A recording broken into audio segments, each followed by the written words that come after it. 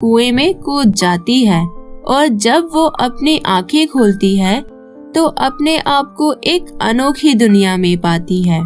अरे वाह, कितनी सुंदर जगह है, एकदम स्वर्ग की तरह। कुएं के अंदर इतनी खूबसूरत दुनिया है, माँ ने पहले तो नहीं बताया। अनोखी दुनिया। किशनगंज नगरी में राधा अपने पिता और अपनी सौतेली माँ निर्मला के साथ रहती थी।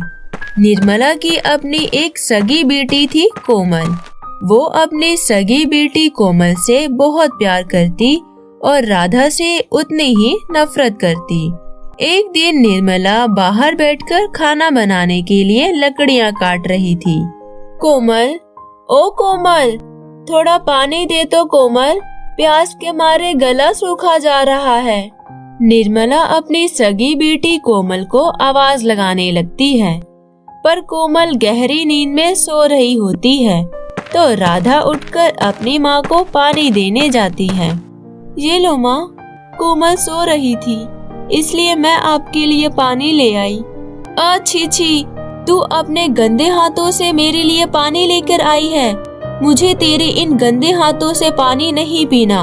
अपनी माँ को तो खा गई, अब क्या पता इस पानी में कुछ मिलाकर मुझे भी मारना चाहती है। नहीं चाहिए मुझे तेरे हाथ का पानी। इतना बोलकर निर्मला उसका लाया हुआ पानी गिरा देती है।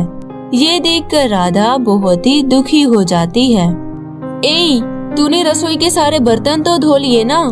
हाँ माँ। ठीक है, अब ये सारी लकड़ियाँ काट कर रख देना। क्या मुसीबत है, कब इससे छुटकारा मिलेगा पता नहीं। इतना बोलते ही निर्मला वहाँ से चली जाती है और राधा चुपचाप मायूस होकर लकड़ियाँ काटने लगती है। निर्मला रसोई घर में जाकर देखती है तो पीने के लिए पानी खत्म होता है। हे भगवान, इस लड़की को दिखता नहीं है क्या कि रसोई घर में पानी खत्म है? अरे ओ कलमुही। हाँ माँ, मैं पूछती हूँ, तुझे दिखता नहीं है क्या? अब कुएं से पानी भी भरकर मुझे लाना पड़ेगा। नहीं नहीं माँ, मैं करती हूँ ना, मैं लेकर आती हूँ कुएं से पानी। इतना बोलकर राधा बाल्टी लेकर कुएं से पानी भरने चली जाती है। वो जैसी ही कुएं से पानी भरने के लिए बाल्टी अंदर डालती है, उसकी रस्सी टूट जाती है और बाल्टी कुएं में गिर जाती है। ये देखकर राधा बहुत घबरा जाती है और मायूस होकर घर पहुंचती है।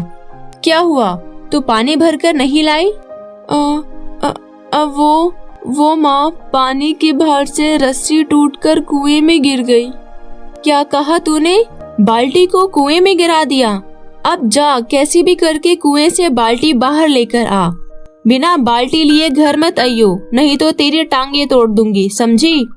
मुझसे गलती हो गई माँ, आंसू बहाने से कुछ नहीं होने वाला। मैंने कहा ना, जा जल्दी से बाल्टी लेकर आ। माँ की बात सुनकर निर्मला रोते हुए कुएं के पास पहुँचती है और बिना कुछ सोचे वो बाल्टी लेने के लिए कुएं में कूद जाती है। और जब वो अपनी आंखें खोलती है तो अपने आप को एक अनोखी दुनिया में पाती है। अरे वाह, कितनी सुंदर जगह है, एकदम स्वर्ग की तरह। कुएं के अंदर इतनी खूबसूरत दुनिया है, माँ ने पहले तो नहीं बताया। इतना बोलकर राधा आगे बढ़ने लगती है। बहुत देर से चलने के कारण राधा बहुत थक जाती है और वो एक पेड़ के नीचे बैठ जाती है। राधा को बहुत भूख भी लग रही होती है।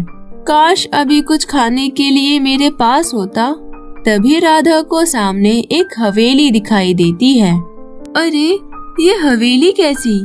मुझे चलकर देखना चाहिए, शायद वहाँ कोई हो। इतना बोलकर राधा उस हवेली के अंदर चली जाती है। हवेली के द्वार पर पहुंचकर सामने उसे एक परी दिखाई देती है। आओ प्रिय, मैं इस महल की परी हूँ। बताओ तुम अपना यहाँ आने का कारण, क्योंकि कोई भी यहाँ बेवजह नहीं आता। हाँ परी जी, मैं कुएं से पानी भर रही थी और मेरी बाल्टी कुएं में गिर गई, इसलिए मैं अपनी बाल्टी लेने ही यहाँ आई हूँ। आप कृपा करके मुझे मेरी बाल्टी लौटा दीजिए, नहीं तो माँ बहुत गुस्सा होंगी और मुझे घर में रहने नहीं देंगी। राधा की बात सुनकर परी सब समझ जाती है। क्यों नहीं प्रिय, तुम्हें तुम्हारी बाल्टी अवश्य मिल जाएगी। आओ मेरे साथ। परी राधा को अपने साथ महल के अंदर ले जाती है और पकवानों से भरे एक कमरे में ले आती है। तुम थक गई होगी, इसमें से तुम्हारा जो मन करे तुम वो खा लो। राधा पकवानों से भरे कमरे को देखती है और अपनी भूख मिटाने लायक वो थोड़ा सा भोजन खा लेती है। परी जी, आपका बहुत बहुत शुक्रिया। मैंने अपनी भूख मिटाने लायक भोजन कर लिया है। अब आप कृपा करके मुझे मेरी बाल्टी लौटा दीजिए। फिर परी राधा को एक और कमरे में लेके गई, जिसमें मौजूद थे तरह तरह के सोने चांदी के बाल्टी। ये देखो, इनमें से तुम अपना बाल्टी ढूंढ लो। इसमें से जो तुम्हारी बाल्टी हो उसे ले जाओ। राधा अपने सामने सोने चांदी और तरह तरह के बाल्टी देखकर हक्की बक्की रह जाती है और उनमें से अपनी बाल्टी को ढूंढने लगती है। तभी उसे मामूली जंग लगी हुई लोहे की बाल्टी दिख जाती है। अपनी बाल्टी को देखकर राधा बहुत खुश हो जाती है। परी जी, मुझे मेरी बाल्टी मिल गई।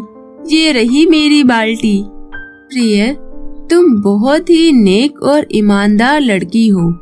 मैं तुम्हारी ईमानदारी से बहुत खुश हुई, इसलिए मैं तुम्हें उपहार स्वरूप कुछ देना चाहती हूँ। इतना बोलकर परी उसके मामूली बाल्टी को सोने की बाल्टी में बदल देती है और उसमें ढेरों हीरे जवाहरात स्वर्ण मुद्राएं भर देती है।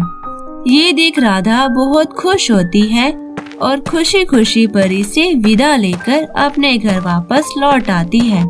तो दोस्तों, राधा के घर लौटने के बाद राधा के साथ क्या हुआ, उसकी माँ ने उसके साथ कैसा व्यवहार किया, उसे अपनी बेटी की तरह प्यार दिया कि नहीं, आगे की कहानी देखने के लिए हमारे चैनल को अभी सब्सक्राइब करें। इसका सेकंड पार्ट हम जल्द ही इस चैनल पर लेकर आएंगे। धन्यवाद।